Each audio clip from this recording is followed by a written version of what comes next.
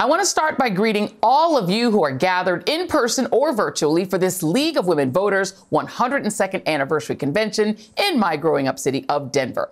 Now, I am a proud alumna of Barney Ford Elementary School, McGlone Elementary, and the then Montbello Junior and Senior High School, all in the town of Montbello. Go Warriors! And yes, I know the school isn't named that anymore because I am from the olden days. But the building is still there, and last time I visited a couple of years ago, my Nerd Awards were still on display from the class of '86. Do swing by and have a look if you're ever in the neighborhood. Surname Lomena. Now, I note that the League was founded in Chicago 6 months before the ratification of the 19th Amendment in the year of our Lord 1920, 9 years before my mother was born, which belatedly gave American women the right to vote. I must note that while black suffragists like Nannie Helen Burroughs and Mary Church Terrell sought allies among white suffragettes, and black heroines like Frances Ellen Watkins Harper and Harriet Tubman never lived to see the 19th Amendment ratified, but worked to give all women the franchise, there remained an asterisk on the 19th Amendment and on the right to vote for all Americans that hung like a sign over a whites-only water fountain until the Voting Rights Act of 1965 was passed. And yet here we are, presently, in the fight of our lives yet again to preserve our place as a democratic republic. The right to vote and the ability to access the ballot in order to utilize that right, and the right to have your vote actually counted, are critical to the sustainment of democracy. And all three are under threat today. We're facing not just the rollback of the Voting Rights Act, but also partisan attacks on ballot access in state after state. This while even more basic threats like the imminent cancellation of women's right to decide whether or not to give birth loom in Washington and in multiple states, with huge implications for women's mental and physical health and economic well-being. Particularly the women that this will hit hardest, namely poor women and women of color. And we know that the greater your economic struggle, the less likely you are to vote. So yes, feel free to put two and two together. We see states like Florida unleashing special election police who report only to the governor. The removal of access points like drop boxes, which specifically help the working class and students access the vote.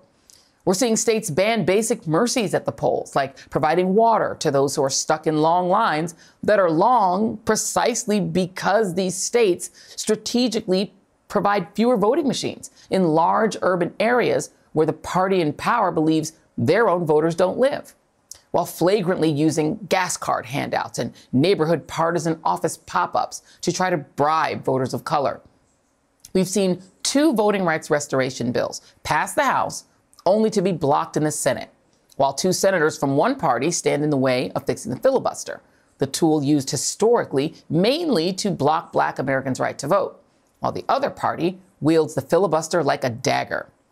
And we're seeing open intimidation brought back as a campaign strategy, with one party fielding poll watchers, potentially armed in some states, to loom over voters and even to, quote, follow them to their cars. That, my friends, is not democracy. It's thugocracy. One might even call it fascism. And it's not coming, it's here. Now, this is not about party preference. It's about whether we will be a democracy or not, which is something you should care about, no matter which party you prefer.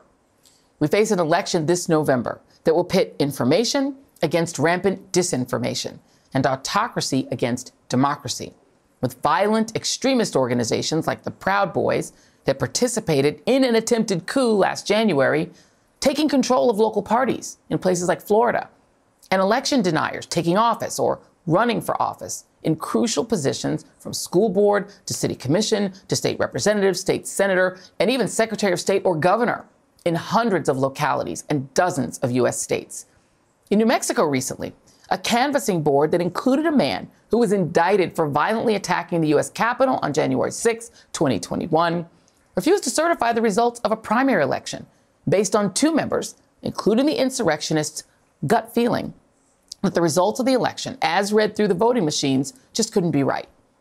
And in 2024, election deniers could take it upon themselves to redo the coup attempt of January 6, 2021, and replace the decision of the American people with their own choice, perhaps backed by violence, and end American democracy altogether. So not a lot at stake, no pressure. But seriously, we all understand how dire our situation is. The question is, what are we going to do about it? Over the next few days at this convention, you brilliant folks are going to discuss exactly that. And the ideas and solutions you come up with will be crucial to ensuring that we continue to have free and fair elections in a not perfect, but full of potential America. So cheers to democracy and cheers to you.